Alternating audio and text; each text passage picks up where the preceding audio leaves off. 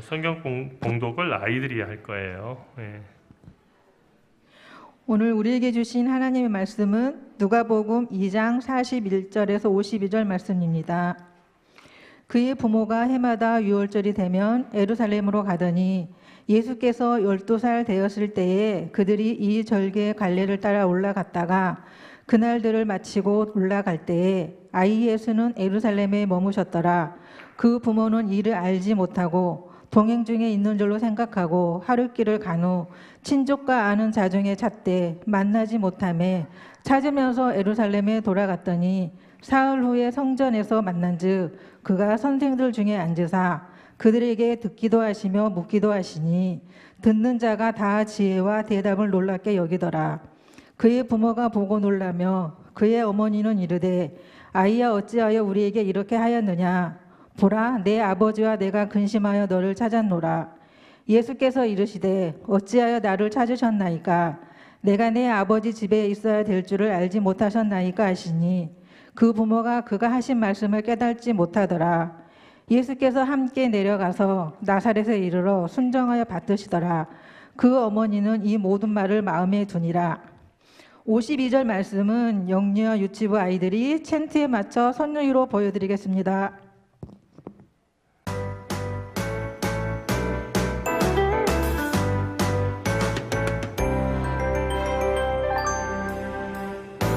예수는 지혜와 키가 자라가며 하나님과 사람에게 더욱 사랑스러워 가시더라. 누가복음 2장 52절 아멘.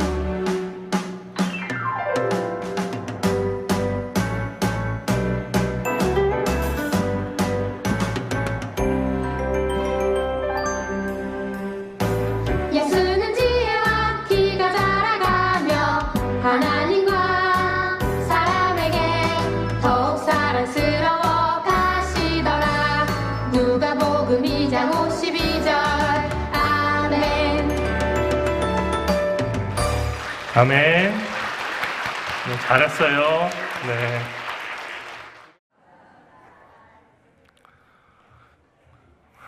오늘 아이들 때문에 좀 예배가 이렇게 또 꽉 차는 느낌입니다. 여러분, 그 사람들은 다른 동물들과 다르게 사람다움이라고 하는 것을 늘 생각하면서 살아갑니다. 동물들은 그렇지 않죠. 동물들과 식물들은 나면은 저절로 그냥 동물답게 그리고 식물답게 살아가는 겁니다. 벚꽃이요. 벚꽃나무답게 살아야겠다는 고민하지 않아도요. 봄에 바람이 불게 되면은 벚꽃이 피고 그리고 꽃이 진 자리에마다 열매가 맺히게 됩니다. 또 강아지와 개는 강아지와 개답게 그냥 살아갑니다. 그런데 사람은 어떠냐면요. 자칫 잘못하면 사람다움을 잊어버리고 이렇게 살아가게 되는 거죠. 사람은 분명히 사람인데 사람답지 않은 사람으로 살아갈 수 있는 위험과 가능성이 사람에게는 있어서 사람들은 끊임없이 사람답게 살아가는 것을 고민한다는 겁니다. 그러면 사람답게 살아가는 것이 어떤 것이냐 하면은 사람의 마음 가운데는 하나님의 마음, 하나님이 제일 처음에 사람을 지으실 때 그 안에 머물게 하셨던 성령의 마음이 계신데 사람답게 살아간다는 것은 하늘 뜻을 따라서 살아가는 것입니다. 여러분, 동양의 고전인 논어에서 공자는요, 그 하늘 뜻을 따라서 살아가는 그런 마음을 갖다가 천심이라고 했고 그것이 겉으로 드러난 것을 예라고 했습니다. 그리고 하늘 뜻을 따라서 살아가는 사람을 군자라고 그렇게 얘기를 했죠. 군자가 이렇게 복잡한 것이 아니고 늘 하늘의 마음을 가지고 다른 사람들을 사랑하고 겸손하고 그리고 덕을 세워가면서 살아가는 사람이 군자입니다. 그런데 이 공자가 어떤 얘기를 했냐면 군자불기라는 얘기를 했습니다. 군자는 그릇이 아니다는 얘기입니다. 군자불기, 군자는 그릇이 아니다 하는 얘기가 어떤 얘기냐면은 하늘 뜻을 따라서 살아간다고 하는 것은 어떤 한 가지 특정한 재주가 있다 하는 것으로 이야기할 수 없다는 얘기입니다. 그러니까 이 사람은 어떤 것에만 사용될 수 있는 사람이다라고 딱 규정되는 그 순간에 그것은 하늘 뜻을 따라 살아가는 것이 아니라는 거예요. 그러면 군자라는 것은 어떤 사람이냐? 이 공자의 말 가운데 이런 얘기가 있습니다. 덕승제 위지군자, 재승덕 위지소인. 덕승제 위지군자, 재승덕 위지소인. 이게 어떤 뜻이냐면요, 덕이 재주를 이기는 사람이 군자이고 재주가 덕을 이기는 사람, 그러니까 재주는 뛰어난데 덕이 없는 재승덕박한 사람, 그 사람은 군자가 아니란 얘기예요. 소인이란 얘기입니다. 재주는 칭찬과 상을 받을 재능입니다. 이른바 잘한다고 박수 받을 모든 일들이 재주에 해당되죠. 어렸을 때는 공부 잘하면 이 공부 잘하는 것이 재주가 됩니다. 많은 사람이 주목받고 박수도 받습니다. 운동을 잘하는 그런 자녀가 있다면 운동이 재주가 되는 겁니다. 그런가 하면 공부도 못하고 운동도 못하는데 노래를 탁월하게 잘한다. 그 노래 하나가 그의 삶을 바꿀 수 있는 재주가 되는 거죠. 그런가 하면 이런 재주는 아니지만 그림을 잘 그린다 할 때 피카소처럼 유명한 화가로 정말로 많은 사람들에게 감동을 줄 수도 있습니다. 아이들의 재주는 시대에 따라서 많이 달라지는데, 제가 어렸을 때 장래 희망을 물어보면은 남자아이들 가운데서 한 절반 정도는 대통령이 꿈이었습니다. 그런데 요즘 초등학생들한테 꿈이 뭐냐고 물어보면 대통령은 거의 나오지 않습니다. 왜냐하면 대통령이라는 게 얼마나 3D 업종인지 경험을 통해서 잘 알고 있기 때문입니다.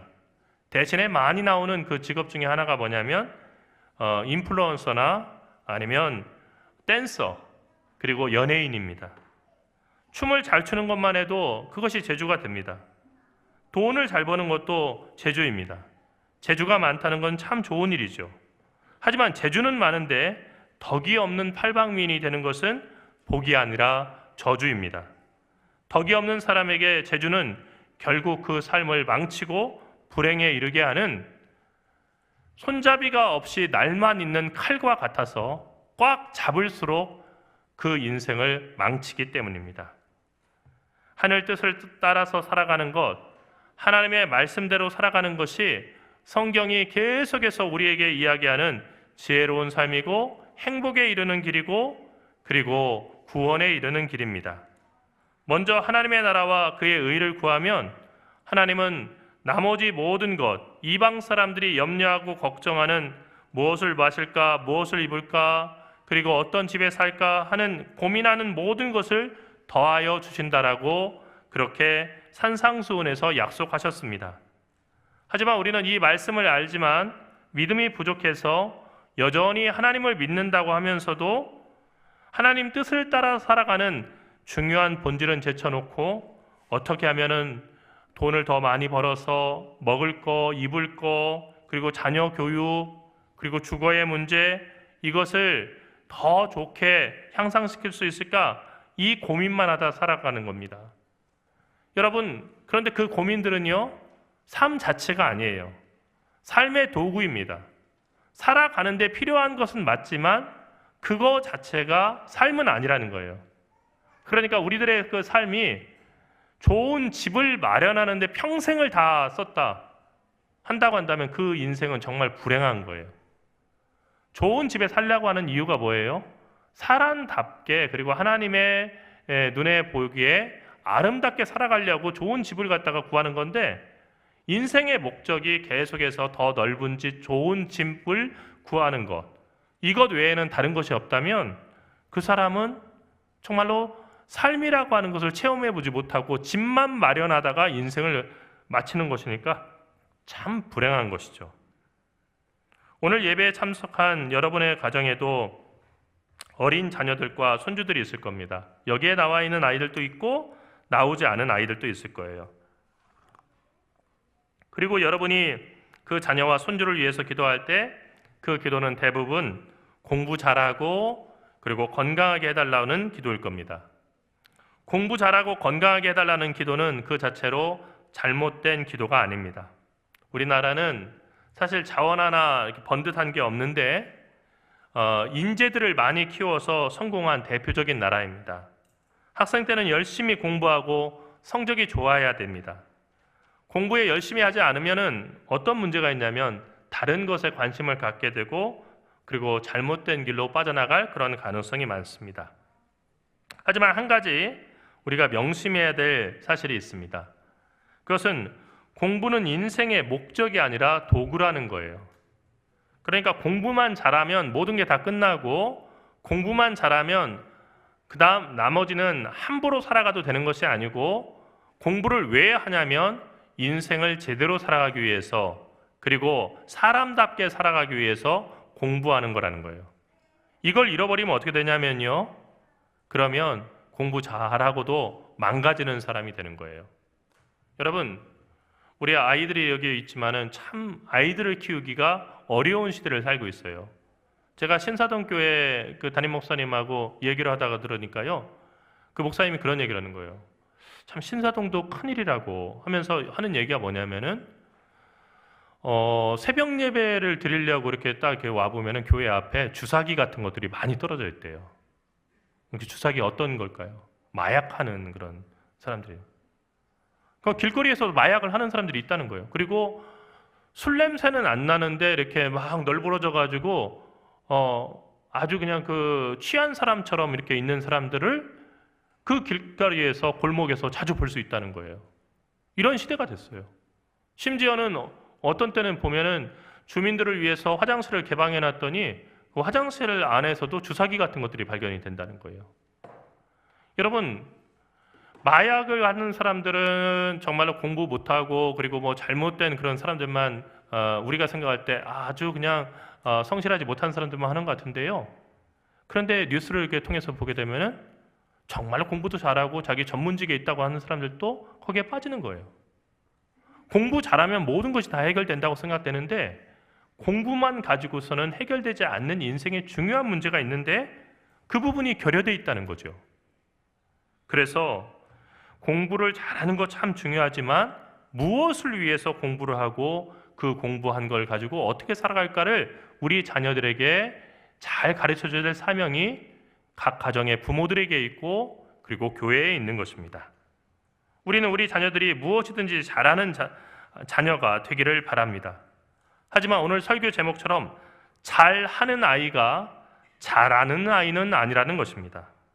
재주가 좋다고 그 아이가 제대로 성장하고 그리스도의 충만한 분량에 이르기까지 성숙하고 있다는 증거는 아니라는 것이죠.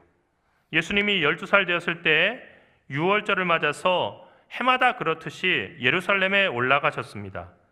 12살이라고 하는 나이는 유대인에게 특별한 나이인데 왜냐하면 12살이 되게 되면은 토라를 직접 읽고 그것을 많은 사람들 앞에서 성경을 해석하는 걸 통해서 내가 이제는 율법의 아들 바 미츠바라고 하는 율법의 아들로 bat 미츠바 그 율법의 딸로 살아갈 그 준비가 되어 있다는 것을 보여주는, 그래서 성인으로서 인정을 받는 나이가 12살이라는 겁니다. 오늘 말씀을 보면 6월절이 되면 예루살렘으로 가더니라는 말씀을 볼 때 예수님의 부모인 요셉과 마리아는 예수님이 어렸을 때부터 12살이 될 때까지 해마다 아들 예수를 6월절을 맞아서 예루살렘으로 데려갔음을 알 수 있습니다. 아들을 예루살렘 성전으로 매년 데리고 올라가서 그것이 예수님에게 자연스러운 습관이 되었다는 것입니다. 자녀는 부모가 무엇을 중요하게 생각하는지 정확하게 읽어냅니다. 부모의 인정과 사랑을 받고 싶은 욕구가 있기 때문입니다. 예수님의 부모인 요셉과 마리아는 자녀인 예수를 예배의 자리로 인도하는 것을 중요하게 여겼습니다. 아들 예수가 하나님을 가까이 하고 하나님의 말씀을 알며 하나님을 경외하는 사람이 되기를 바라는 마음이 아버지인 요셉과 어머니 마리아에게 있었다는 얘기입니다. 그런데 한 가지 사건이 발생했습니다. 예수님이 12살 때 예루살렘에 올라갔다가 마리아와 요셉이 집으로 돌아오는데 동행 중에 있는 줄 알고 사람들 그 무리에게 밀려서 하룻길을 간 다음에 보니까 아들을 잃어버린 것을 깨닫게 됐어요. 이거 참 성경을 읽을 때마다 이해가 되지 않잖아요. 어떻게 하룻길을 가는 동안에 아들이 없다는 것을 몰랐을까? 그것은 예수님에게도 동생들이 있었다는 것을 보면 알 수 있어요. 예수님을 찾아왔던 동생들, 형제들이 있잖아요. 그러니까 다른 어린 자녀들을 갖다 보살피다 보니까 12살쯤 된 이 예수님, 그 큰아들은 알아서 잘 따라오겠지 하고 했는데 보니까 하룻길을 지난 다음에 보니까 친척들의 무리에도 없고 그리고 다른 사람 무리에도 없었다는 겁니다. 그래서 다시 사흘길을 걸어서 예루살렘으로 돌아와서 보니까 아들 예수를 발견했는데 예수님이 랍비들과 함께 앉아서 그 랍비들의 이야기를 듣고 묻기도 하더라는 겁니다. 그리고 예수님의 말을 듣던 랍비들이 예수님의 지혜와 대답을 놀랍게 여겼다라고 얘기했습니다. 여러분 도대체 어떻게 말씀으로 양육이 되었길래 12살 먹은 그 소년이 랍비들을 놀랍게 할 수 있는 그런 성경 지식과 그리고 말씀에 대한 깊이가 있었는지 우리가 한번 생각해 볼 일입니다. 하지만 예수님의 부모는 사실 그것이 보인 것이 아니고 이 자녀 때문에 놀랐기 때문에 예수님을 나무라면서 왜 여기 있었냐? 너 때문에 우리가 근심하며 찾았다라고 예수님께 말하니까 예수님께서는 어찌하여 나를 찾으셨나이까?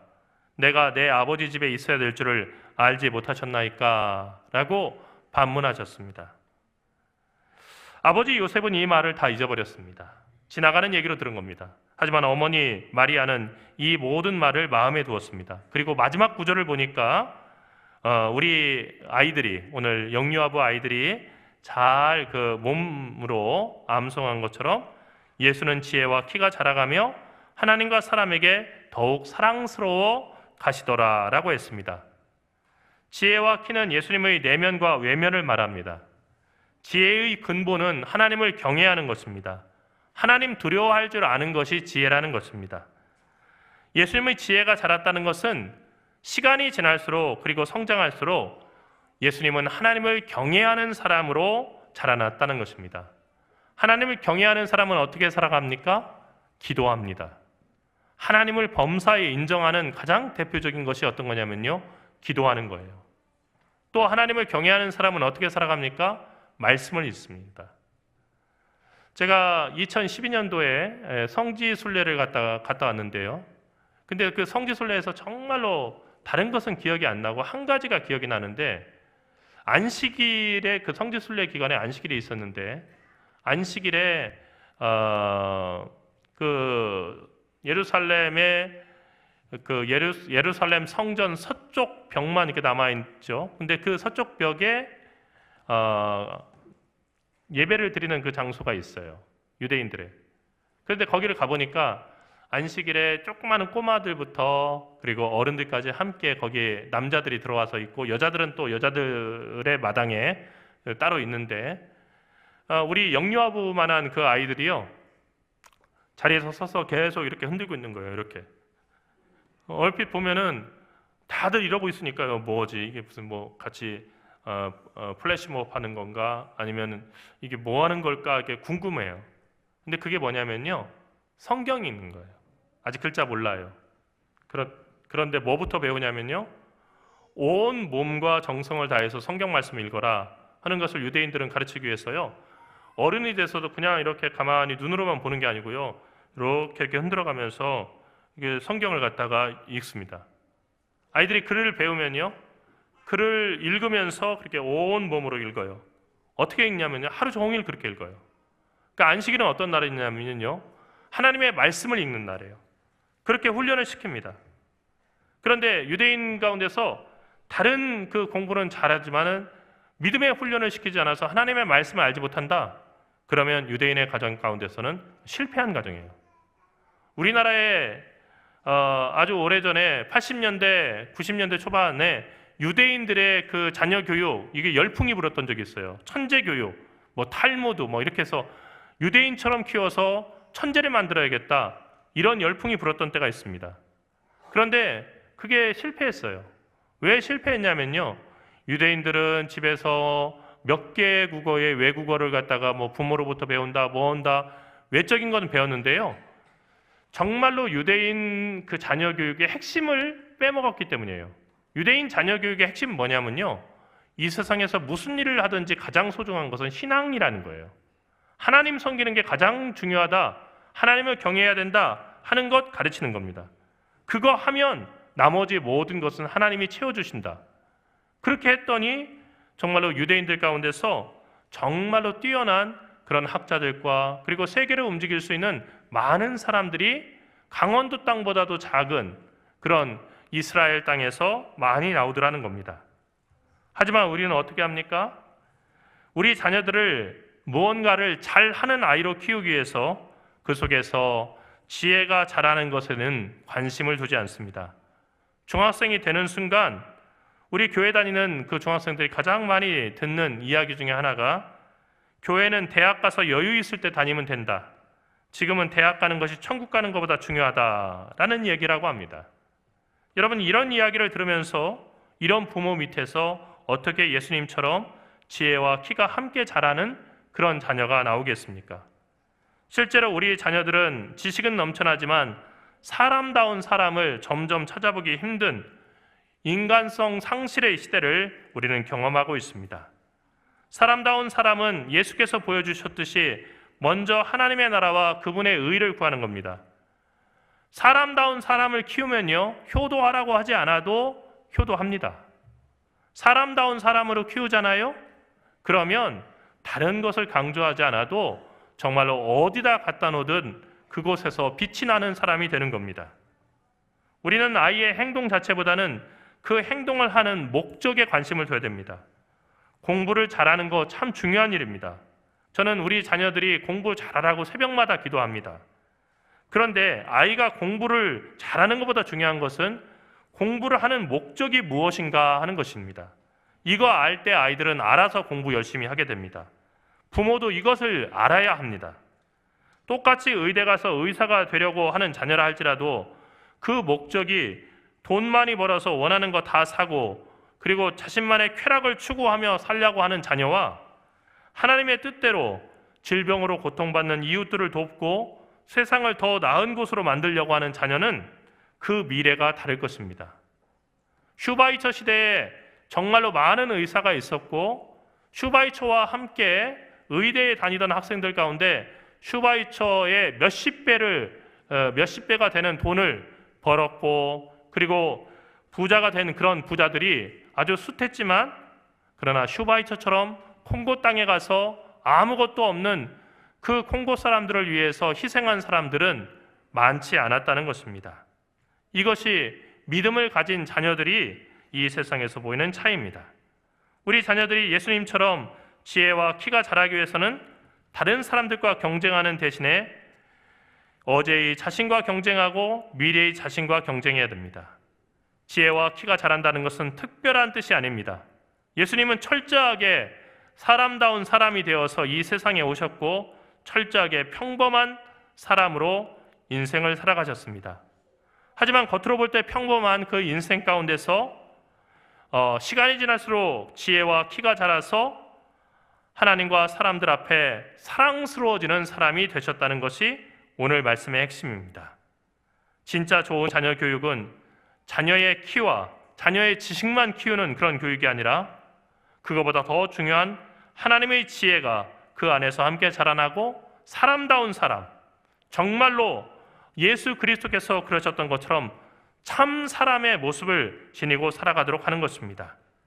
하나님의 자녀가 내면에서 자라는 아이, 하나님의 자녀답게 지혜로 성장하는 그 자녀들은 하나님을 경외하고 하나님을 예배할 줄 압니다. 하나님의 말씀을 가까이 하고 기도하는 즐거움을 아는 아이는 키가 자라고 지혜가 자라면서 하나님과 사람들 앞에 더욱더 사랑스러워진다는 것입니다. 사랑하는 성도 여러분, 돈이 있으면 자녀를 학교와 학원에 보낼 수 있습니다. 거기에서 자녀들은 지식을 얻을 수 있습니다. 하지만 지혜를 얻는 것은 어떤 학원에서도 할 수 없습니다. 지혜는 하나님께서만 주실 수 있는 선물이고 하나님을 경외하고 하나님을 믿고 의지하는 사람에게 주시는 선물이기 때문입니다. 부모는 자녀를 사랑해서 태어나기 전부터 뱃속에 있을 때부터 그 자녀를 위해 기도하고 보살피고 세상에 태어난다면은 남들보다 더 나은 사람, 잘하는 사람이 되라고 온갖 정성을 다해서 자녀를 키웁니다. 특히 대한민국에서는 엄청난 학원비와 수업료를 들여가면서 최고의 재능을 지닌 자녀를 키우기 위해서 그렇게 애를 씁니다. 삶의 경쟁에서 이기기를 바라기 때문입니다. 하지만 그 경쟁이 끝날 때가 있습니다. 나이가 들면 지식을 자랑하는 것도 의미가 없고 건강을 자랑하는 것도 의미가 없이 모두가 약해집니다. 나이가 들면 미모를 자랑하는 것도 더 이상 의미가 없어지는 그런 때가 옵니다. 하지만 정말 주님 안에서 믿음을 통해서 얻게 된 지혜와 그리고 삶의 성숙함은 나이가 들수록 더욱더 빛나게 됩니다. 인생의 과제는 원칙적으로 우리 각자가 스스로 해결하지 않으면 안 됩니다.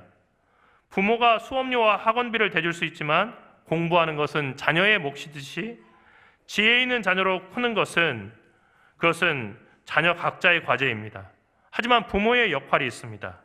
12살 예수님이 12년 동안 경험했던 것처럼 그 부모된 요셉과 마리아가 그랬던 것처럼 자녀가 하나님을 아버지로 알고 그분의 말씀과 기도 속에서 성장할 때까지 자녀를 하나님 곁으로 데리고 오고 그리고 하나님 곁에 오는 그 경험을 기쁜 경험으로 알 수 있도록 인도하는 것입니다. 공부를 잘해서 제일 좋은 대학에 가는 자녀를 둔다고 하는 것은 아마 대한민국에 사는 모든 부모의 꿈일 것입니다. 하지만 긴 인생의 관점에서 보면 우리는 같은 평면을 걸을 뿐 우리 사이에 우열이라고 하는 것은 존재하지 않습니다. 진짜 자녀를 사랑하고 자녀를 위한다고 한다면 예수님의 부모에게서 배우십시오. 예수님의 부모가 어떻게 자녀를 키웠습니까? 성전을 가까이 하고 하나님 말씀을 깊이 묵상하며 하나님을 사랑하도록 그렇게 키웠습니다. 부모가 자녀에게 줄 수 있는 최고의 유산은 믿음의 유산입니다. 오늘 말씀 제목이 잘하는 아이, 잘하는 아이입니다. 여러분은 자녀가 뭐든 잘하는 자녀로 키우기 위해서 여태까지 애써왔습니다. 하지만 동시에 애써야 될 것이 있는데 그것은 믿음과 지혜가 잘하는 아이, 속사람이 잘하는 아이로 키우기 위해서 우리가 애써야겠다는 겁니다. 잘하는 아이로만 키우려는 욕심이 앞서다 보면 아이가 부모의 기대와 달리 잘 못하는 아이로 클 수도 있고 동시에 믿음과 지혜도 없는 아이로 클 수가 있습니다. 하지만 믿음이 자라고 지혜가 자라는 하나님의 자녀로만 키우려고 애쓰다 보면 아이는 부모가 생각지도 못한 위대한 삶을 살아가는 하나님의 자녀가 될 수 있고 그리고 그 밖에 필요한 모든 것을 공급해 주시는 주님의 은총 가운데 살아갈 수가 있습니다. 우리 사랑하는 자녀들이 이 세상에서 머리가 될지언정 꼬리가 되지 않는 잘하는 자녀가 되기를 바랍니다. 그러나 그보다 먼저 그 안에서 예수 그리스도께서 보이셨던 하늘의 지혜가 자라고 그리고 성숙한 하나님의 자녀다움이 나타나는 자녀들이 되기를 간절히 축원합니다. 기도하겠습니다. 사랑하신 하나님, 예수님처럼 잘할 뿐만 아니라 잘하는 아이가 될 수 있도록 우리 자녀들을 축복하여 주시옵소서. 사랑하신 예수 그리스도의 이름으로 기도드리옵나이다.